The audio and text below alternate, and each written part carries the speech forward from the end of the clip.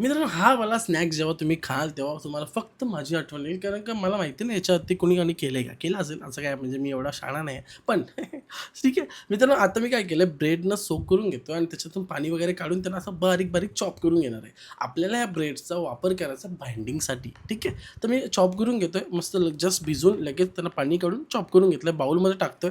त्यानंतर उकडलेल्या बटाट्यांना पूर्ण असं मस्त स्मॅश करून याच्यामध्ये ॲड करतोय. मग चॉप केलेली कोथिंबीर, चॉप केलेली मिरची, मग थोडंसं चिली फ्लेक्स, ऑरिगॅनो, मग चवीनुसार मीठ, हळद, याच्यामध्ये टाकली धने जिरे पावडर आणि त्याच्यानंतर थोडी लाल तिखट. हे टाकल्यानंतर कॉर्नफ्लॉवर याच्यामध्ये टाकायचं, मीठ वगैरे ॲडजस्ट करायचं आणि मिक्स करून घ्यायचं. हे सगळे आपली बाइंडिंग तयार झालेली आहे. आता नंतर काय करायचं, सिंपल वेमध्ये तुम्हाला तुमच्याकडे असेल ना पोलीपाट वगैरे, त्याच्यावरती असं मस्त याला लाटून घ्या आणि याला एकदम चपटं करा. चपटं केल्यानंतर मित्रांनो एकदम सिंपल याच्याने आपल्याला कट करून घ्यायचं. त्रिकोणी आकाराचे तुम्ही याच्यामध्ये बदाम काढू शकता.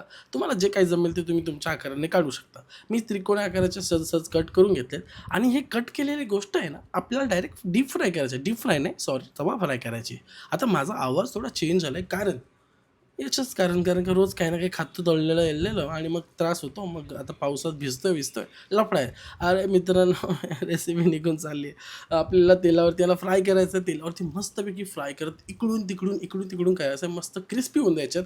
वरतून एकदम क्रिस्पी, आतमध्ये असं एकदम सॉफ्ट लागणारं आणि एकदम फ्लेवरने भरलेले चटपटे हे नाव पोटॅटो ट्रायंगल्स असं काहीतरी नाव देऊयात आपण. बघूया तुमच्यावरती, तुम्ही मला कमेंट करून सांगा सुटेबल असं नाव. आणि मित्रांनो, एन्जॉय करा ही रेसिपी. याची काय डिटेल्स वगैरे हवे असतील तर कमेंट करून सांगा. व्हिडिओमध्ये माझं काही कमी जास्त वाटलं असेल तर ती पण शिव्या नाही, प्रेमाने सांगा आणि एन्जॉय करा ही वाली रेसिपी. लय मजा येणार तुम्हाला जेव्हा खाल तुम्ही.